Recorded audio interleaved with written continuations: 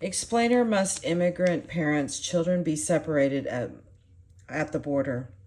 McAllen, Texas, June 12th. A 2-year-old Honduran asylum seeker cries as her mother is searched and detained near the U.S.-Mexico border.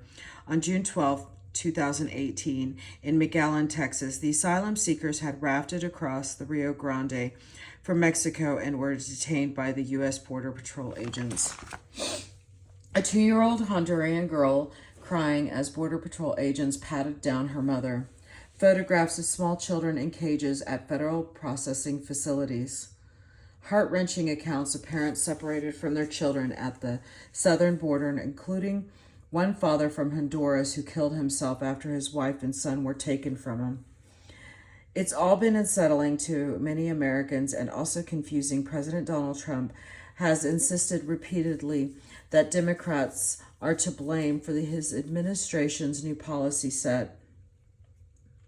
Since it was implemented in April, more than 2,000 children have been removed from their parents after the adults were jailed for illegally crossing the border. Attorney Generals Jeff Sessions and Homeland Security Secretary Kirstjen Nielsen have defended the practice, saying that the government is fully enforcing a law that has been on the books for decades. They liken it to Americans who are taken from their children when they are jailed for committing a crime. But some top Republicans and conservative commentators have expressed growing discomfort with the policy. Former Fox News host Bill O'Reilly called it unacceptable. Former First Lady Laura Bush said it is cruel and immoral.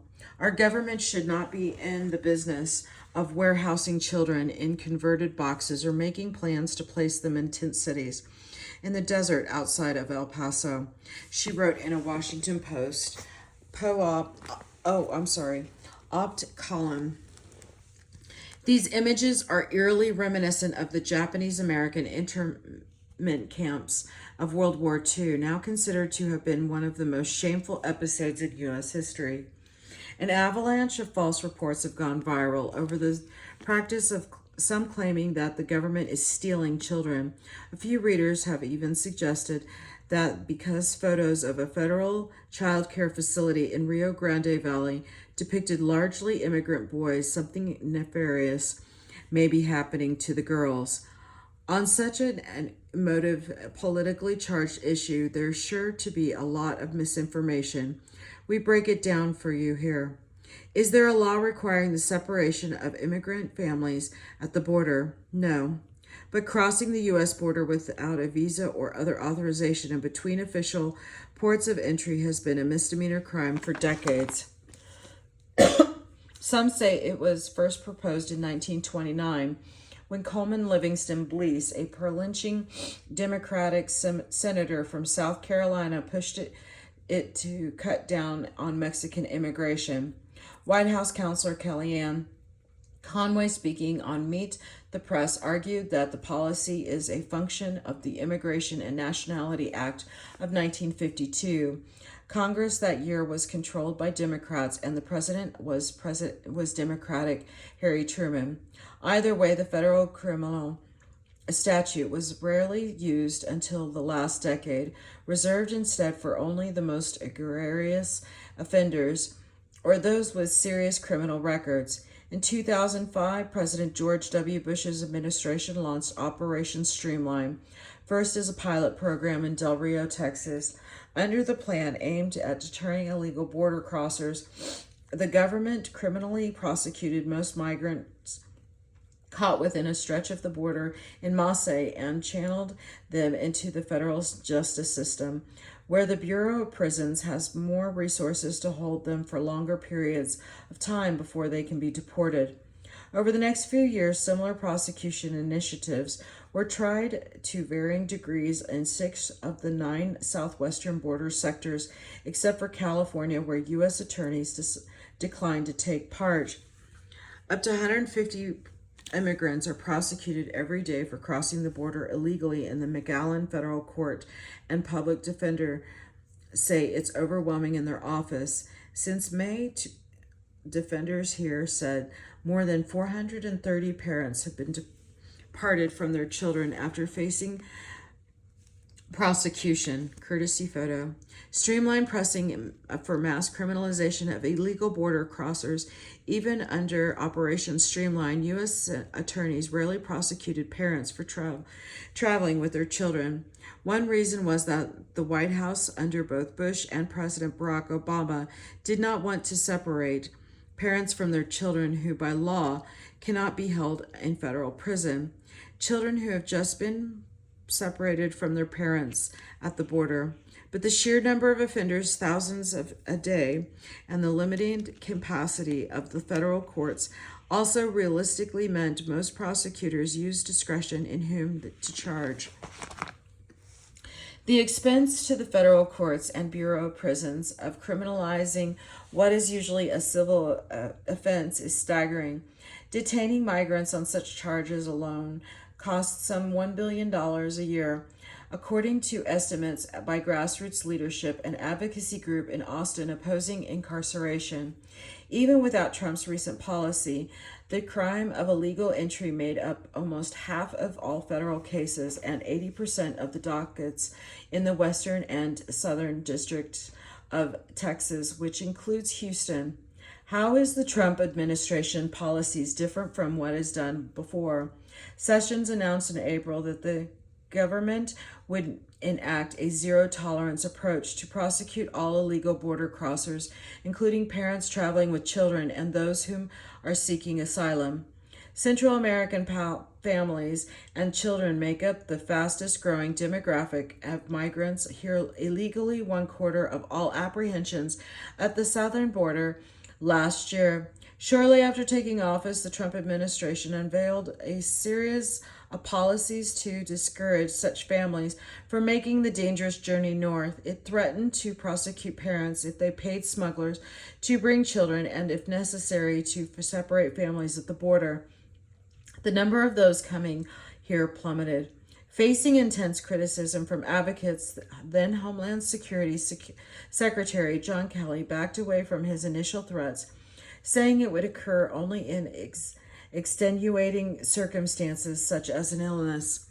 Last summer, however, as family arrivals rose once more, and Kelly left to become Trump's chief of staff, Sessions directed U.S. attorneys to expand the prosecution of immigration crimes.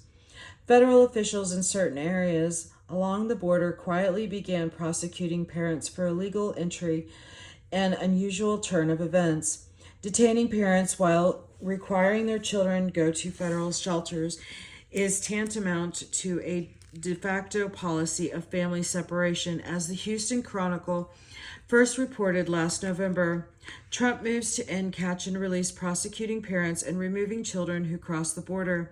In April 2018, Sessions announced the government was expanding the strategy across the border. Having children does not give you immunity from arrest and prosecution, he reiterated in a speech last week in Fort Wayne, Indiana. He and other White House officials have also said the policy is necessary to deter other parents from coming here illegally with their children. U.S. Attorney General Jeff Sessions cited the Bible in defense of border policy separating children from parents. Trump administration defends family separations at border.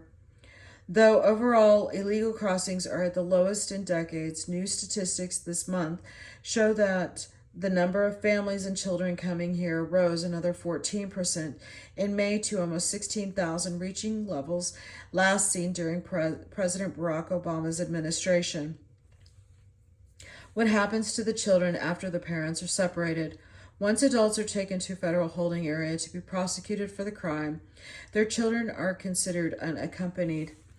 The government has 72 hours to transfer them to custody of the Office of Refugee Resettlement, a subset of the Department of Health and Human Services that is in charge of caring for immigrant children.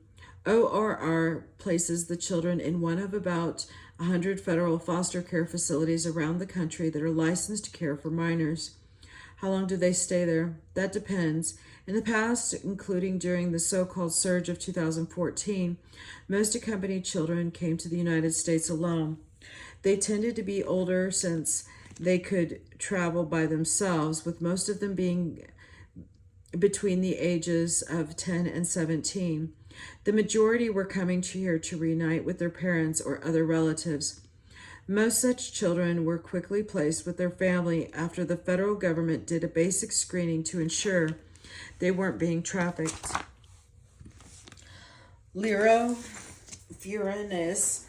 Funes, 20, holds on to her daughter Melissa Funes, 2, just after being detained by local officials after crossing the U.S.-Mexico border on March 15, 2018 in McAllen, Texas. Caroline Cole. What is the difference now? Children who have been separated from their parents at the border tend to be younger, as many are logistically unable to come here alone. It also may be harder to find relatives to place them as their direct family members. Their parents have been removed from them. They may not have other family here. What happens to the parents? Parents are usually charged with a misdemeanor crime of improper entry and pled guilty in a speedy mass hearings that critics have called assembly line justice. They usually receive a sentence of a few days in federal prison or time served and are taken back to Border Patrol processing facilities before being sent to immigration detention centers run by the Department of Homeland Security. From there, they can be quickly deported under a process known as expedited removal that applies to those arrested near the border and means they don't necessarily see an immigration judge. What about those seeking asylum? One of the biggest concerns advocates expresses about zero-tolerance prosecution initiatives is that it not only wrongly punishes immigrants with valid asylum claims, well-founded fears of persecution in their home countries, but may prevent them from making such petitions at all. The Department of Homeland Security's own Office of Inspector General identified this as a problem in 2015, noting that the United Nations Convention on Refugees, to which the U.S. is a signatory, holds that countries should not impose penalties on refugees who enter unlawfully to ask for asylum. Legal limbo. Her husband murdered her son, taken away. A mother seeking asylum tells a judge, "I have lost everything." Blanca Vasquez, 41, sits in the El Paso County Detention Center where she has been imprisoned in October after she and her 13-year-old son were separated at the border, and the mother was charged for entering illegally. 5 months later, a judge agreed she had a possible claim to asylum, and she was released to reunite with her son. All of her co-defendants were deported without their children, many who remain here with distant relatives. The federal government argues that migrants can request asylum after serving their prison sentence. Are parents reunited with their children? Homeland Security Secretary Kirsten Nielsen has said that administration's policy of prosecuting parents is just like what we do every day in every part of the United States. When an audit of a family commits a crime, if you as a parent break into a house, you will be incarcerated by police and thereby separated from your family. We're doing the same thing at the border. The difference is that Americans in prison for a crime generally know where their children are while they're being detained. And once they complete their criminal sentence, they are typically reunited with their children unless a judge finds they are unfit parents, usually a very high bar. Lawyers, social workers for children, advocacy organizations, and media reports indicate immigrant parents and children are not always reunited after the adults serve their time. In one case, a Guatemalan father had his 18-month-old son taken from him and was told only that the boy is in a shelter somewhere in Texas. Esteban Pastor, 29, hoped Border Patrol agents would free him and his 18-month-old son while they fought their deportation case. Instead, the father was imprisoned for crossing the border illegally, and his toddler was placed in federal foster care for months. Pastor said he didn't know what had happened to his son, and he was deported to Guatemala without him last October. Submitted. See Immigrant families separated at borders struggle to find each other. The father served a few weeks in federal prison for the crime before being transferred to an immigrant detention facility in El Paso. He was detained for 3 months without any information about his toddler. In October, he was deported alone. 5 months after the last time he saw his son, the father was reunited with him in December. Immigrant advocates say Esteban Pastor's story is a troubling indicator of all that could go wrong, especially when the children involved are so young. Parents fleeing violence might not return to their homes after being deported and change their numbers or contact information so that it's even more difficult for social workers representing their children to later find them. Children also acquire their own immigration cases and legal advocates once they are separated from their parents, and guardian ad litems may argue that it's in their best interest not to return to a situation of danger. Once parents are separated from their children, it can be difficult to find them. Sylvia Torres crossed the border in a different group from her husband, who was carrying their twin daughters. The husband was detained and deported while the twins were placed in foster shelter. Torres did not know where their twins were until a lawyer in the detention facility where she was detained tracked them down 2 weeks later. Why is it so difficult for parents to find information about their children's whereabouts once they have been separated? Unaccompanied children have certain privacy rights to protect them. The government must verify that adults are not trafficking children before they can release the information about them. The officials have pointed to a 1-800 number which parents can call to find the whereabouts of their kids. But advocates say that parents in detention cannot receive callbacks, which is required by the agency. Officials gave migrant parents the slip of paper with a 1-800 number to find their children after they have been separated, but advocates say parents in detention can't receive calls, and the agency in charge of migrant children, the Office of Refugee Resettlement, usually requires a callback number to verify paternity before they can release information on children's whereabouts. Mainly, however, there seems to be startlingly few systematic policies in place between the Departments of Justice and Homeland Security, which detain the parents, and Health and Human Services, which is in charge of the children, to communicate on the issue. The Office of Refugee Resettlement has said it is not routinely informed about how or when the unaccompanied child became separated from their parents or the whereabouts of the parents. Sometimes parents, attorneys, and relatives are able to contact the agency in other cases.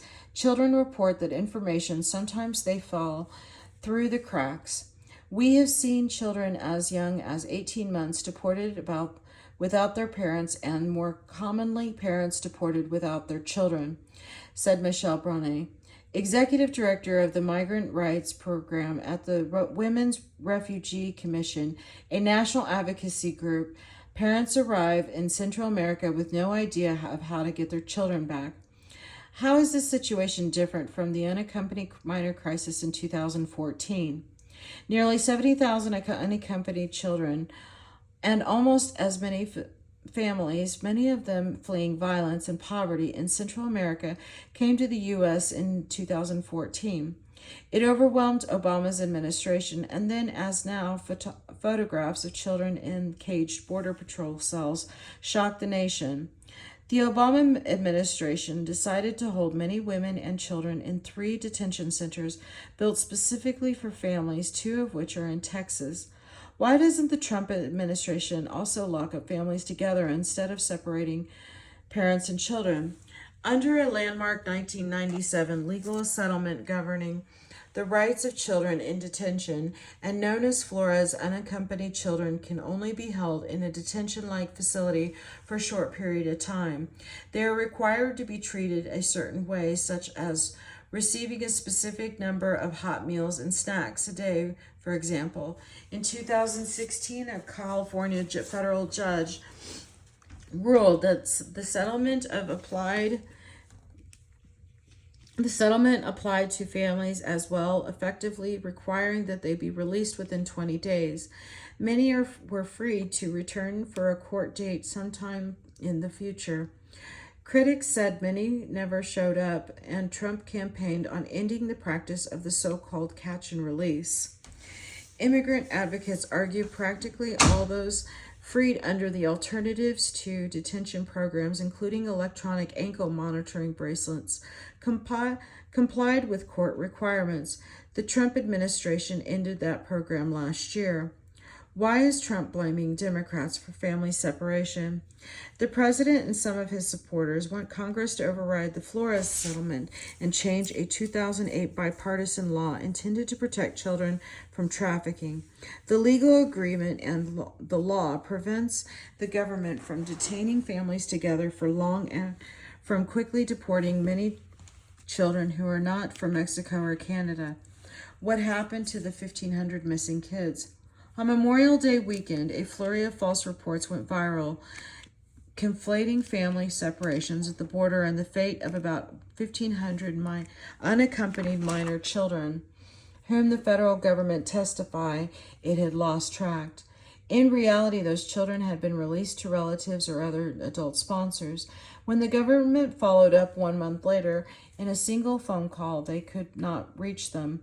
The families may have decided not to pick up the phone or change their numbers. Advocates agree that most of these children probably are fine.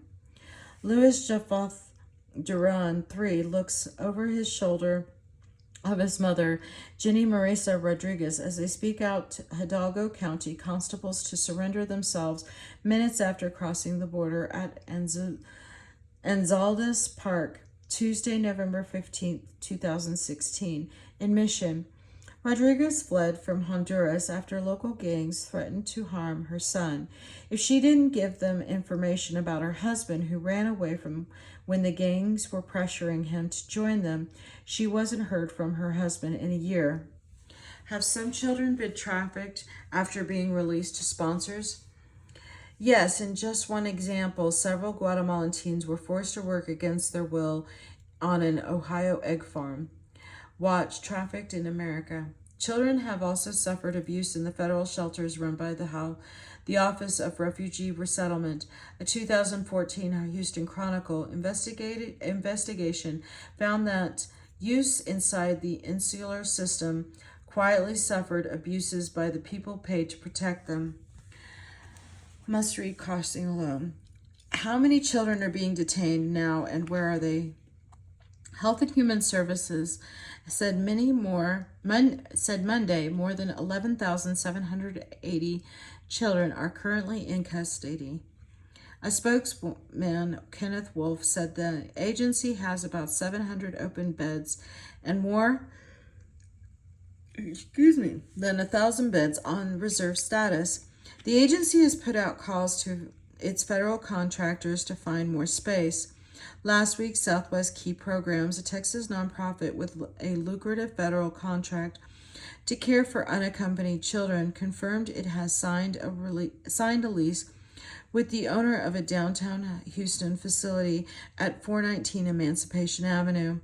Its application with the state requests a general residential operating license to hold up to 240 children between the ages of 0 to 17. Several stakeholders who work with immigrant minors said they have been told the facility would largely serve tender-age children who are younger than 12, as well as pregnant and nursing teenagers. The agency, which has paid more than $400 million to care for thousands of immigrant children, argues it has been operating such shelters for 2 decades. Over the years, we have housed that many children under the age of 4 who were then sent by the federal government to stay in our shelters without a parent, family members, or guardian. A spokeswoman, Cindy Cesars, said in a statement, "While they stayed with us, we did the same thing we do for every child in our care. We work to reunify them with family or sponsor as quickly as is safely possible." Texas Senator Sylvia Garcia sent her links arms with protesters as they marched through the rain during a Families Belong Together prayer vigil outside the facility near downtown Houston that has been leased to a house unaccompanied immigrant children, Sunday, June 17, 2018. The government has also opened a tent-like structure in Tornilla, south of El Paso, to house the hundreds of migrant children, and it's considering keeping some children on military bases, as the Obama administration briefly did in 2014.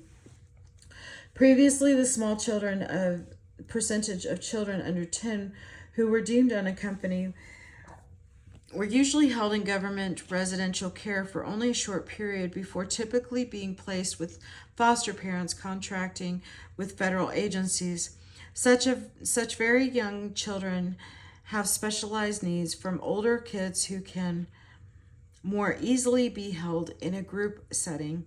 But the sheer number of very young children in recent weeks has overwhelmed the government, and its contractors and agencies have put out emergency calls for more such foster parents. In the meantime, advocates say the shelter in Houston should be the first possibly provide longer-term care for such very young children. Why do so few photographs from inside federal child care shelters show girls?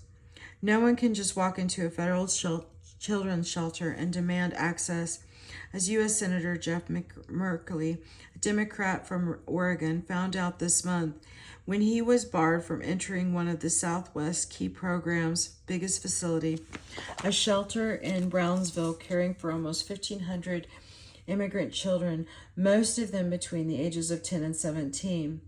After Merkley's criticism of the facility went viral on social media, Southwest Key offered a media tour and allowed one pool photographer to take pictures. Program officials said most children in that particular shelter, an old converted Walmart in Brownsville, just happened to be boys. Do zero-tolerance prosecutions work to deter parents from coming? That's unclear. An analysis by the Vera Institute of Justice, a New York nonprofit, found Bush's Operation Streamline had long-term deterrent effect between 2005 and 2013. The Government Accountability Office has also suggested immigrant return rates stayed basically unchanged over a longer time frame. In McAllen Federal Court last week, several migrants were back after having recently been deported. One faced the same charge in that very room exactly 2 weeks before. Sister Norma Pimentel, who runs a migrant shelter near the McAllen's downtown Sacred Heart Catholic Church, recently returned from a trip to Guatemala and El Salvador, where advocates told that here they were smuggling with an influx of small children deported alone. Parents tell her they have heard of Trump's policy and are afraid, but they're still coming, she said. I asked them why, and they say it's worse for us to stay. Honduras and El Salvador are two of the most violent countries in the world, and murderous gangs often forcibly recruit children. The gang rule in El Salvador, gangs rule the streets with impunity. What happens next? The United Nations has condemned the practice of family separation. The Texas Civil Rights Project and other national advocacy groups filed complaint with Inter-American Commission on Human Rights this month, arguing the practice of separating parents of children violates international protocols. The American Civil Liberties Union filed a lawsuit to block such family separation in February and is expecting a federal judge's ruling soon. The Public Defender's Office for the Western District of Texas, in a separate suit, argued the practice violates parents' rights to due process as they plead guilty to the crime to reunite with their children. It is on appeal.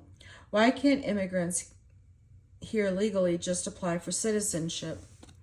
U.S. Custom Border Protection Operations Officer David Vera inspects the fence that protects the border of area of Del Rio as part of the responsibilities of the field agents during their shifts Wednesday, August 16, 2017.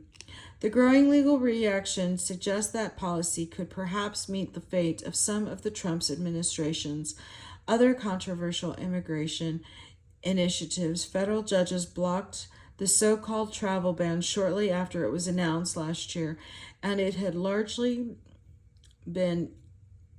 been largely tangled up in legal wrangling ever since. U.S. attorneys could limit which parents they decide on its policy, but its pushback Monday suggests that it might not happen soon. So this is her background information, and this is just the end. Thank you.